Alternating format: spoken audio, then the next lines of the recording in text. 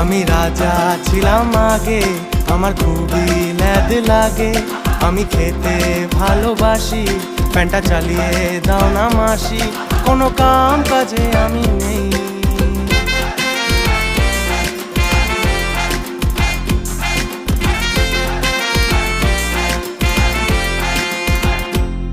Mobile ঘাটি সারাদিন, পড়াশোনা করি না, এসি ছাড়া গাড়ি ট্রেন ভাই আমি চড়ি না। আমার স্বভাব খুবই বাজে, লোকে দাঁত কেন মাজে, রোজ স্নান করার কি মানে এটা ভগবানই জানে। সারাদিন শুয়ে থাকি ভাই।